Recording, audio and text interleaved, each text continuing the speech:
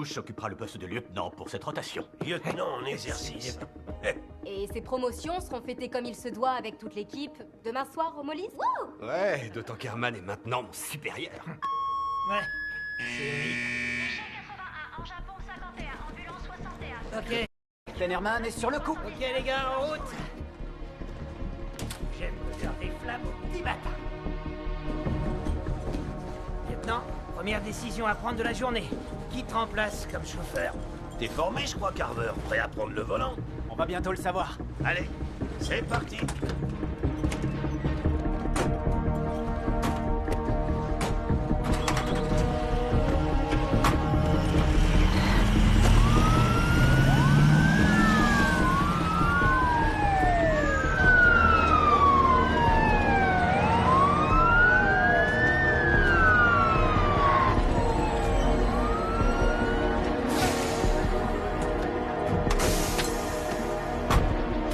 Dégagez les accès du bâtiment, s'il vous plaît. Allez, par là. Personne devant l'ambulance, s'il vous plaît. On a besoin de ça, restez pas là, éloignez-vous. Ritter et Chippy, faites chauffer les machines, Carver. Avec moi pour chercher les blessés. À vos ordres. Et pas trop.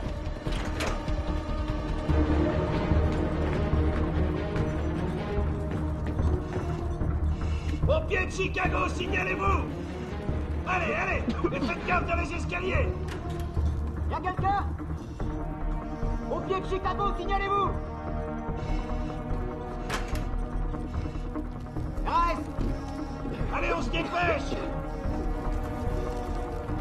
Au pied de Chicago, signalez-vous.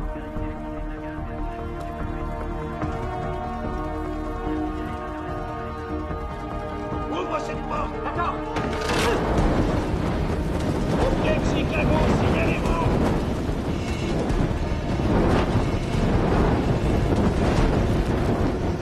RAF.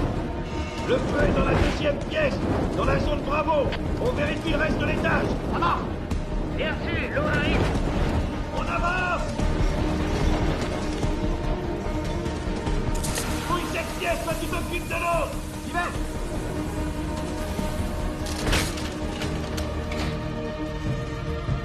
Pompiers de Chicago, signalez-vous. Pompiers de Chicago, vous m'entendez?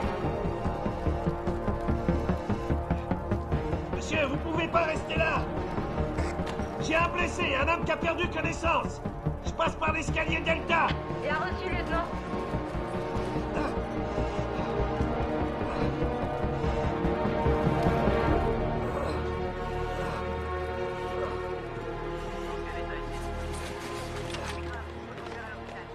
Je pense qu'il a inhalé de la fumée. Non. Il est mort depuis plusieurs jours.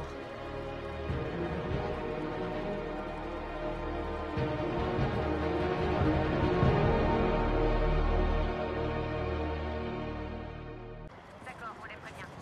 Tu sais de quoi il est mort? Ça, pour le coup, c'est difficile à dire. Il a pas de blessure et aucune marque externe. Je pencherais pour une crise cardiaque. Mais l'hôpital en saura plus après avoir fait l'autopsie. Mais comment un type peut être mort depuis des jours sans que personne ne l'ait remarqué? George était nouveau dans le motel. Il était discret. Et à ma connaissance, personne ne venait le voir. Alors il connaissait pas ses voisins? Je ne crois pas. Il était gentil, mais silencieux. Il se contentait de dire bonjour et rien de plus. Il sortait régulièrement? Non, pas que je sache. Je le voyais le dimanche quand il venait payer le loyer en liquide après avoir fait ses courses. Et son nom de famille, vous le connaissez? Thompson. George Thompson. Et c'est la seule bonne nouvelle dans toute cette histoire. Une bonne nouvelle. Si l'immeuble avait pas flambé, Dieu sait combien de temps on aurait mis avant d'apprendre qu'il était mort.